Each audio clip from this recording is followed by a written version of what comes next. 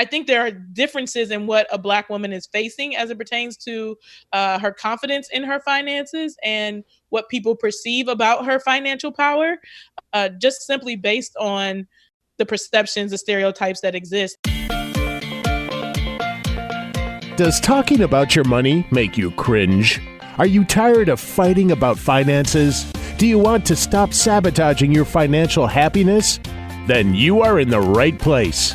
Welcome to Breaking Money Silence, a podcast series aimed at helping all of us talk more openly about money. Your host, Kathleen Kingsbury, is a wealth psychology expert who is doing what she does best, speaking about taboo topics. International speaker, author, and founder of KBK Wealth Connection, Kathleen understands money and our relationship with it. Over the past decade, she has empowered thousands of people to break money silence at home and at work. Now, here is Kathleen. I am here today on Breaking Money Silence with Lauryn Williams. She is someone that I met at the CFP Diversity Summit that I attended recently. She's a financial planner, author, podcaster, motivational speaker, and volunteer.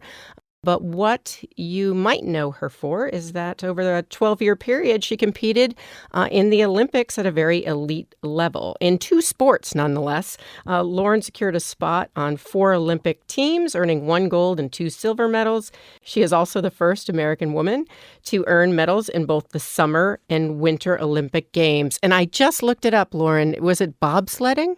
It was bobsledding. I love bobsledding, so I feel like I might have seen you before I saw you. So that's my little celebrity moment with you. I was very excited about it. But when I saw you at the CFP Summit, which is Certified Financial Planning for people who don't know, Diversity Summit, you did a keynote presentation that really hit me and moved me. And I said, this is a woman that I want to get to know a little bit more.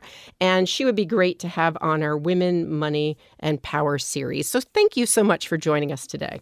I am so excited to be here and to talk women, money, and power with you. Excellent. Well, let's just dive right in. As I said, I did see your keynote, and I really was struck by the premise of the keynote, but also how you opened it. And so, to just be very transparent, I'm a white woman of privilege. In your keynote, as well as that whole summit, really helped me understand my tendency to label people and to make assumptions. And I've examined myself a lot over the years, but I think it took me to this next level. And that my assumptions, especially when it comes to race and maybe even athletes, is, basing things on very little data. So as a way of introduction to our podcast listeners, can you tell them a little bit about who you are and how you presented this talk? Definitely. So it is really, really awesome that you bring this up, Kathleen, and that we get to have a conversation about it, because so often I throw myself in the box and I just fit in. So you gave me an introduction that really highlighted my Olympic accomplishments, and I'm very proud of each and every one of them. But I'm so much more than the one thing that stands out most when people think of me.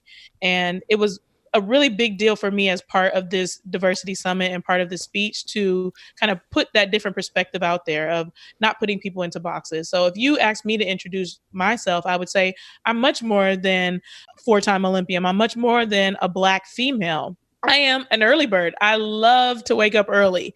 That's something that I take much pride in, and I can't figure out people who like to stay up late. Why?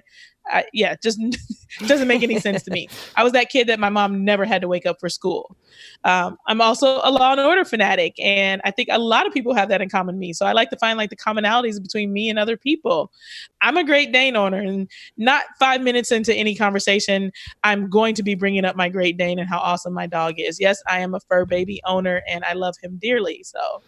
But the other cool things about me is I love to cook, and I'm not real big on cleaning up afterwards, but cooking is something that I'd love to do for each and every person that I bump into. I like to look at the opportunities that exist in food instead of the obstacles, because we usually think of it as food is a bad thing, or, I'm going to indulge and eat this really, yummy thing, and I don't care what it does to my hips later. There's so much conversation around food.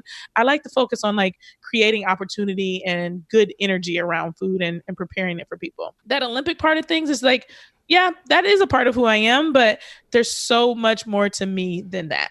And what struck me about your keynote and about this conversation and how you introduced yourself just right now is the fact that so often, especially today when I think we're trying to have conversations about race and diversity and gender, we get really caught up, even when we're trying not to, into stereotypes or assumptions or not looking at all the different layers of people and who they are. And one of the techniques you used on stage that I hope you are continuing to use as a keynote speaker or fellow keynote speaker was having all visual clues. And so there were boxes. And each time she shared something about who she was, that was another layer. It was another box of her personality. How did you come up with that idea? And are you still using it?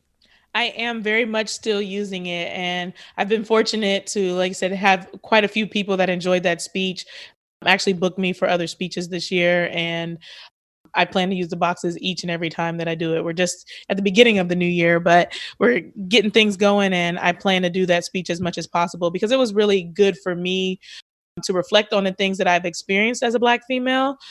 But also, it's been really, really rewarding for me to share those things and for others to come up and say, yeah, you gave me a whole new perspective of things I wasn't thinking about. And that was the point of the speech. Yeah, no, absolutely. And so, one of the things I'm trying to do in this series of Women, Money, and Power is just be more transparent about similarities and differences, but also our society's feeling about female financial power. And so I want to start by just finding out in general, what do you think about how society views women and their financial power versus men? Let's just start there. I think that the overall view is still very much that women don't have the power that men do financially. And I would say it's very much the opposite. In fact, there's quite a few statistics that I've been reading about lately that are saying that we are the larger consumers. We are the more financially savvy. We do have the better savings. And so these things are perceptions, but they're not actually realities. And female financial power is very real. We're interested in learning more about our personal finances and trying to figure out how to stretch our dollars as far as possible. And security is also something that is very important to women, and figuring out how to feel secure and what action items we need to take to do so is something that's top of mind for us and something that does move us to action. Yes, and what is interesting to me is everything you said is true, but I still feel like the financial industry, the business industry, and certainly I think on an individual level, there is this uncertainty or this, not even uncertainty, I guess it's more of discomfort. I'll give you an example. I was doing a presentation and it was to a group of primarily male business owners in the financial industry. And there was a slide, and the top said, Women, Money, and Power. And when I got the slide deck back, it had to be reviewed by the legal department, which anybody who's not in finance won't know that, but that's what you have to do. And they came back, and their only comment was, we want you to remove the words Women, Money, and Power. And I said, wait a second. I said, well, first of all, it's about female breadwinners. So it really is about women, money, and power. And I said, second of all, why is that? And they go, what's making some of us or some of our audience members potentially uncomfortable? So what's your reaction to that? Unbelievable. How awful. It was awful, but it inspired me. You never know where you're going to get inspiration. And I've been talking about women and money power ever since.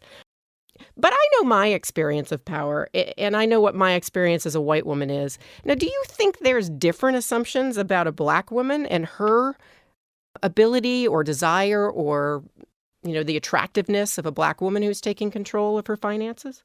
I definitely think that there are differences that exist culturally and based on experiences and mindset, et cetera. And it's been really tough. So one of the things I also shared in my speech was that I'm married to a white man. And one of the things I deal with, I was a very good earner as an Olympic athlete. And I've, gotten to be an okay earner as an entrepreneur. I'm working on it, but neither here nor there. I am very, very self-conscious about what people think about me because I'm married to a white man, that, I'm doing well for myself because I'm married to him. Or once they find out what his profession is, he's a cancer doctor. Oh, she married up. Those sorts of things. So I think there are differences in what a Black woman is facing as it pertains to her confidence in her finances and what people perceive about her financial power, just simply based on the perceptions, the stereotypes that exist. Like, oh, this couldn't be all you. You couldn't have, you couldn't be this put together on your own. Someone else must be helping you. And then my white husband comes around the corner and they're like, here's the other piece of the story where, I think I'm an awesome, badass woman of color with or without him. So good for you. Good for you. Do you think that, I guess the question I would have is, one of the things you talked about in your talk was also the idea of, how you can be judged in your race. So for instance, there's all degrees of blackness, so to speak. And so do you feel like you're more judged by other white men and women about being married or being in an interracial marriage, Or do you think it's more from people of color that judge you? Or is it both? It's definitely both. I would say if I gave it a little bit more weight to one versus the other, I would give it a little bit more to people of color giving me flack about it.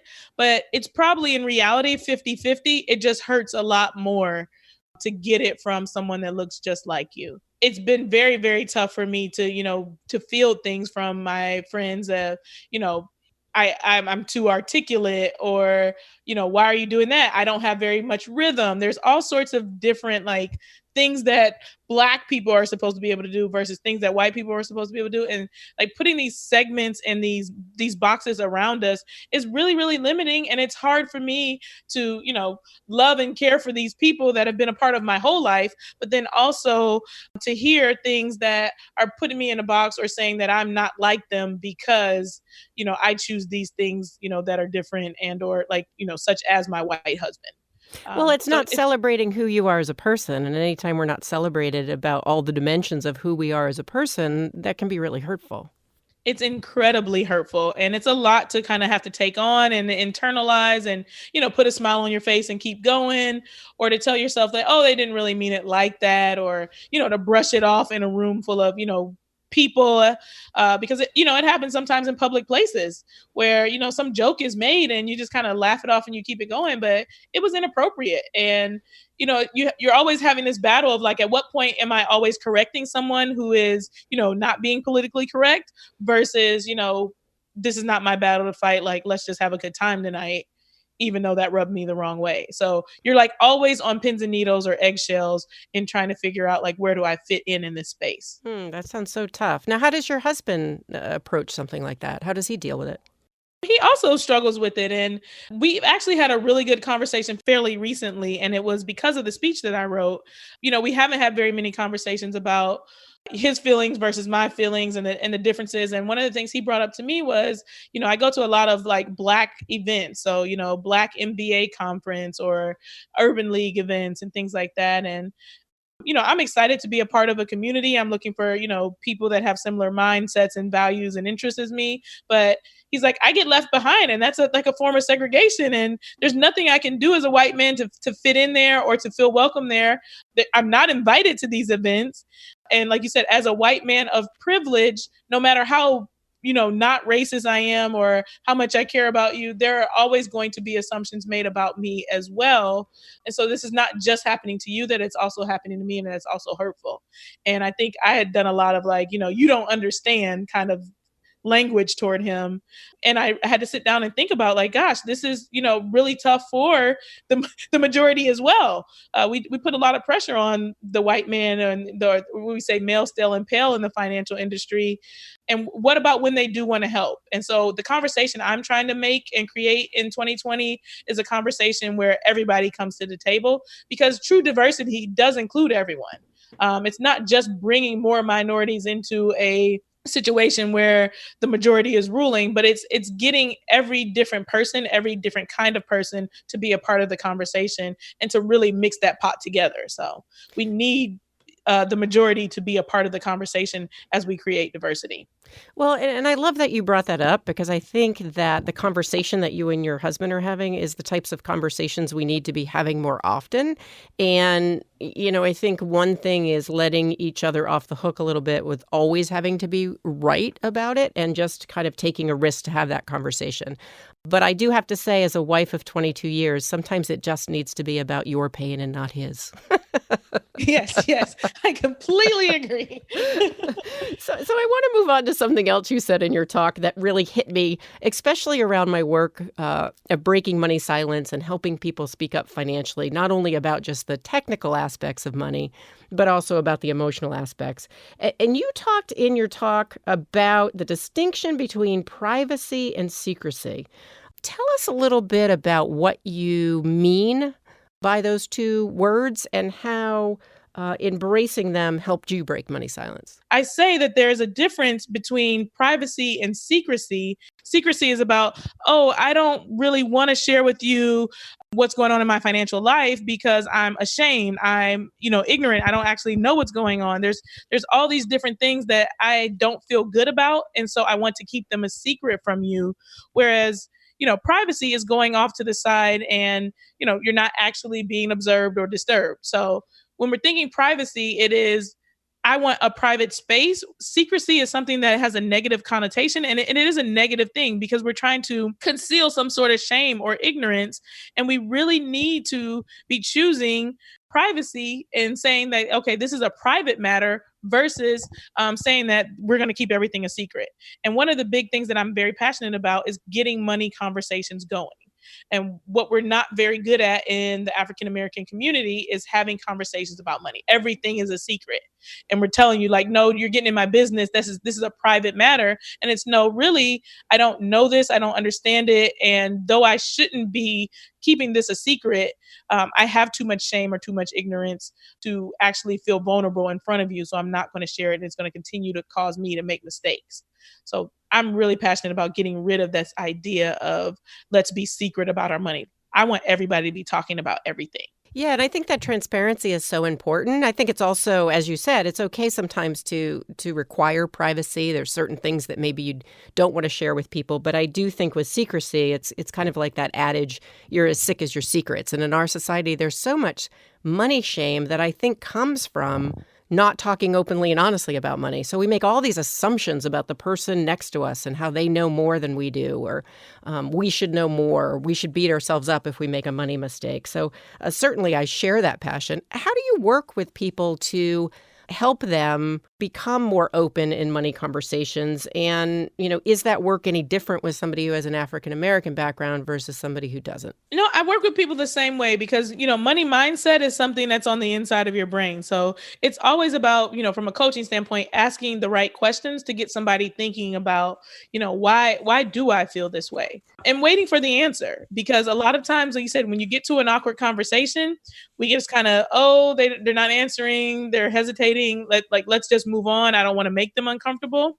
But to pause and wait for someone to think about what is the answer to why am I holding back in this area? Why don't I feel comfortable talking about this thing? What are some possible solutions to this thing that I feel like I need to be secret about is a really important conversation to have, no matter what race we're dealing with.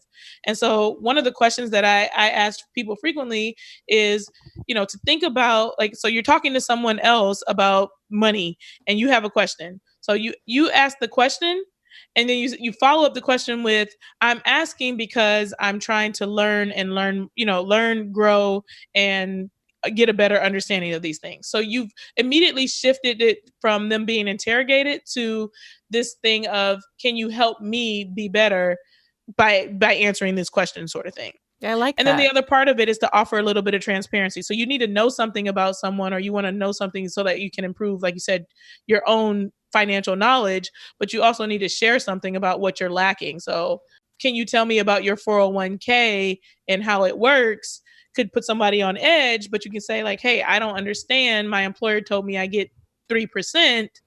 What is that 3% of? And now you've opened it up for it to be a dialogue because you shared something about yourself in addition to having asked that question. No, I really like the way you frame that. I think that's really helpful, not only for your clients, but for anybody listening in today. Now, you clearly are so passionate about opening up, having money conversations. You're also passionate about financial literacy. Where did this passion come from? Like, what fueled you around being so passionate about finance? I was financially illiterate as I started my career as a professional athlete. So to go back a little bit of my story, I come from a family of 5 sisters, 2 brothers. There was not a lot of household income. My father had leukemia, so he was disabled. He was receiving disability. My mom was laid off for a good portion of my childhood. There was just a lot going on. And I mean, I come from a very intelligent set of people, but financial literacy was not a part of that intelligence. So as I was 20 years old, a junior in college as a finance major, I thought I needed to know more. And that, like I said, once again, is built into that kind of, I have to fight this idea that I should be ashamed because I'm a finance major and I don't know this. And then realize like, hey, there wasn't actually a personal finance class, and none of this stuff taught me about any of this stuff that I'm dealing with right now. How to buy a house, can I move out from living with my college roommate, etc.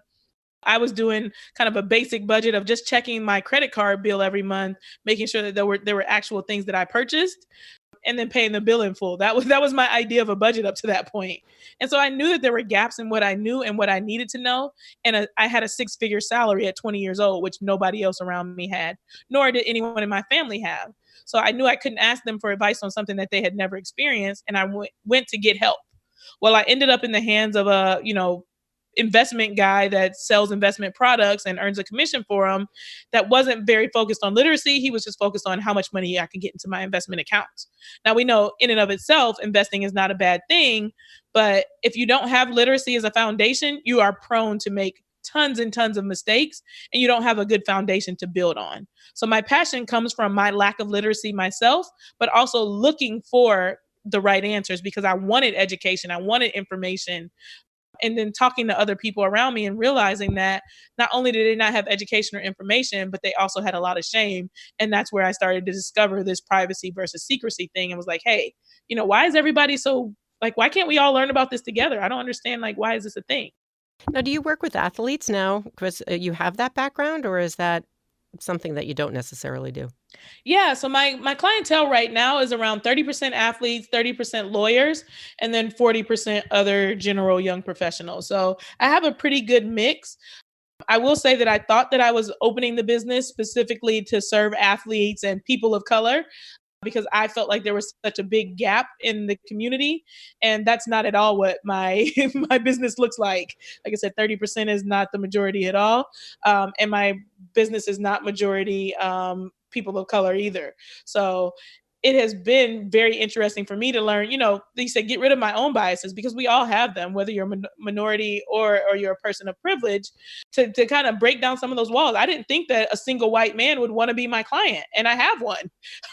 So I actually have a few, but understanding that financial information is necessary and needed for everyone and that I want to be able to serve everyone was something that I had to kind of like change my own mindset because I was like, I felt such a big need in the athletic world, and I felt such a big need as a person of color that I thought like I need to fill that gap, when instead the gap that I'm filling is the gap for people who need access to financial planning who may not necessarily have it. And so my fees are set up a lot differently than the traditional financial planner.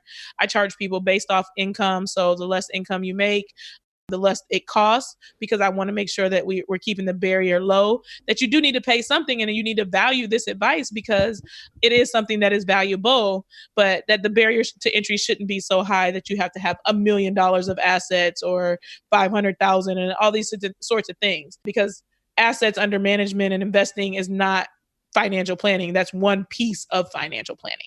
Right. And what's interesting about advisors like you and a lot of the newer advisors is the idea of accessibility. And it's kind of crazy, even though it's how the industry has worked for so long, is, somehow you just have to figure it out to have $1 million in investable assets, and then we'll take care of you.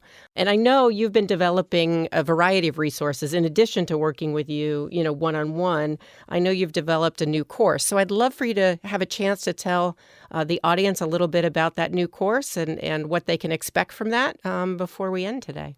Yes, I'm super excited about the course because once again, it's my effort to lower the barrier to entry for people to get access to financial information. So the way the course works is that it's 3 different topics. One is money mindset. The other one is budgeting and debt management. And then the third part of the course covers all the other financial topics. So we talk about investing, insurance, taxes, estate planning, all those other topics kind of combined into one and give you like the baseline information that you need. And the idea is that, like you said, it's a lot cheaper than having to work with me one-on-one, but you still get 3 one one-on-one sessions with me. So it gives people access to customized financial advice at a much lower price point so that everybody can be able to have access to information that is good, reliable, and to a financial professional. Awesome. Well, listen, you were nice enough to give us a discount code, and we will put that in the notes for our podcast when it's published. I think the discount code is BMS 2020, but we'll make sure that that's what it is and post it. So thank you on behalf of our listeners that you're offering that. It sounds like a wonderful course. Before we end, Lauryn, I really, first of all, you are a woman who has embraced her financial power, who is making a big difference, not only in terms of the clients that you work with, but also being a really great role model for other women of color and just other women who want to either enter this profession or certainly make their mark in whatever they do. So I would love to get one tip from you that you want to leave our listeners with about embracing financial power. Like, what can they do to embrace their financial power, or what have you learned that you want to pass on to them? I would say if I had to sum it up, it would be something I alluded to a little bit earlier. It's focus on the opportunities, not the obstacles. So frequently what holds us back from really embracing that financial power is, oh, this is in my way. And what about this thing here? And, we get into our own minds. And before we know it, we've talked ourselves out of something when we, in fact, are powerful just by believing in ourselves. I've really enjoyed breaking money silence with you, Lauryn. Yes, let's continue to break money silence, because as we break it, people are going to become more financially free. So thank you for having me. Yeah. And so the name of your company again, I want to make sure we put that out there. My company is called Worth Winning, and my podcast is Worth Listening. So awesome. I love that. Well, listen, you take care. And for anybody who's listening in, that is listening to the series on women, money, and power, if you have a particular question, whether it's for Lauryn, myself, just in general about the topic, please email me at kbk@breakingmoneysilence.com. We're going to take some of those questions and comments on air over the course of this series. And we really want to have your thoughts as listeners as well. And also subscribe to Breaking Money Silence on your favorite podcast app. So until next time, this is Kathleen Burns Kingsbury saying, dare to break money silence. Thank you for listening to Breaking Money Silence, hosted by Kathleen Burns Kingsbury, a wealth psychology expert, author, and founder of KBK Wealth Connection. If you like what you heard today, be sure to subscribe on iTunes or your favorite podcast app and leave a review. Also, share this episode with your friends and family. It is a great way to get the conversation started. For more money talk tips and information, or to hire Kathleen to speak at your next event, go to www.breakingmoneysilence.com.